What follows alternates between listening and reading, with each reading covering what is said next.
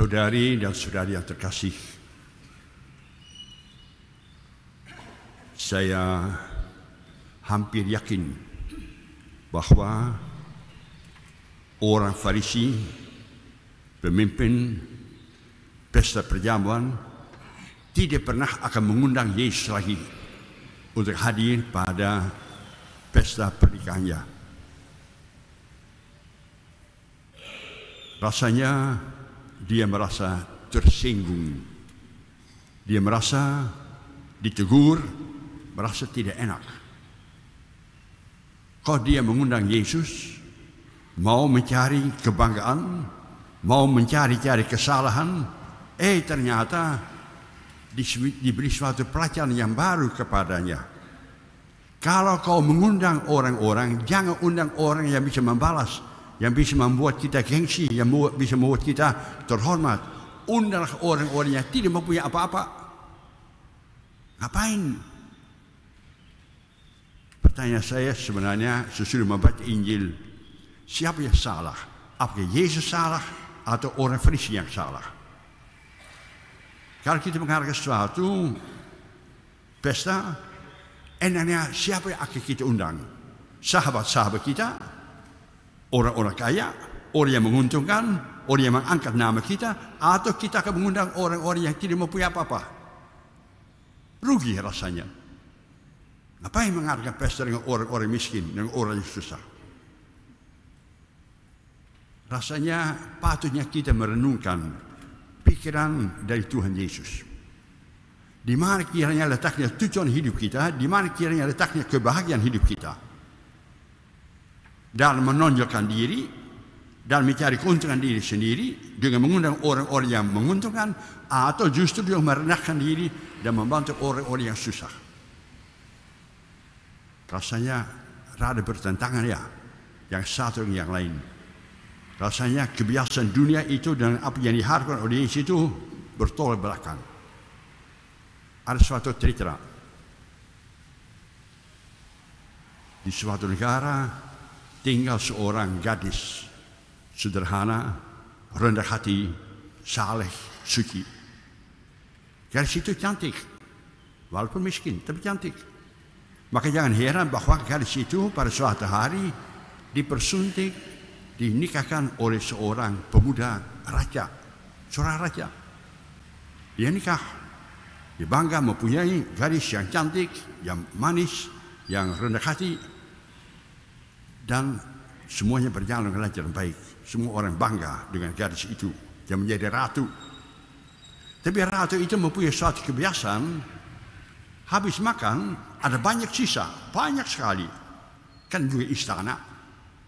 Dan dia mengumpulkan makanan ini, dibawa kepada pintu belakang istananya, di mana para pengemis, orang-orang miskin nongkrong bersama-sama.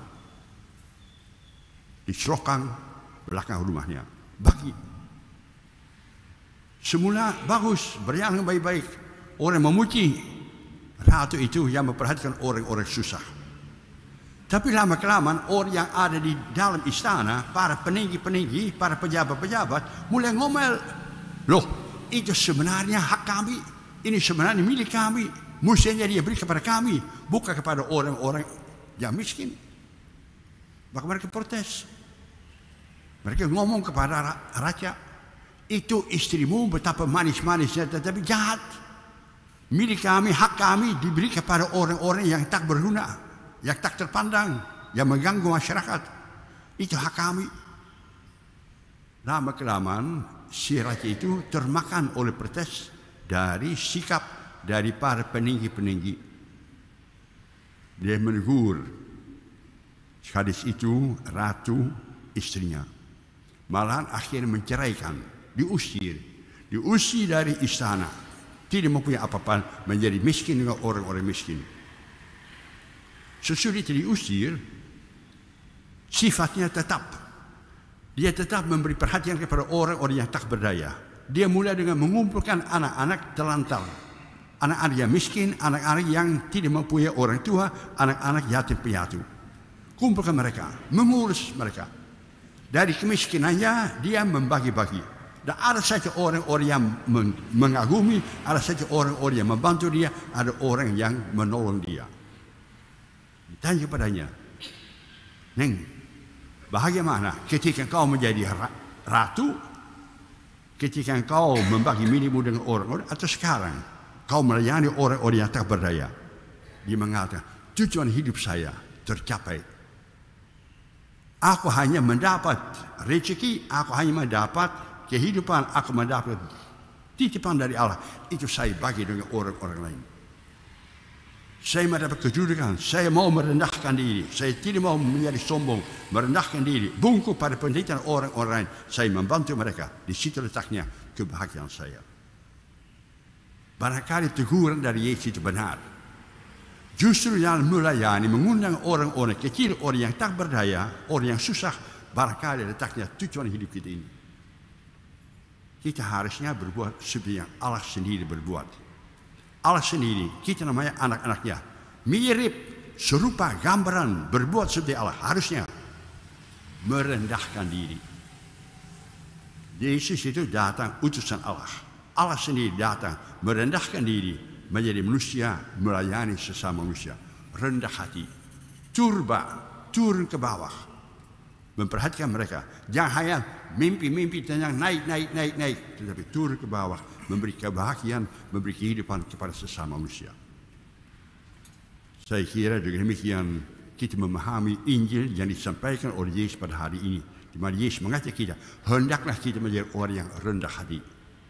Hendaklah kita yang mau membungkuk pada sesama manusia menderita. Justru dalam penderitaan, kepada membantu penderitaan mereka, letaknya kebahagiaan kita.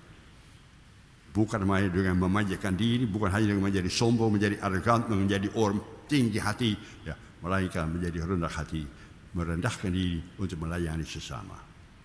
Semoga sabda Tuhan meresap dalam hati kita dan kita laksanakan. Semoga demikian.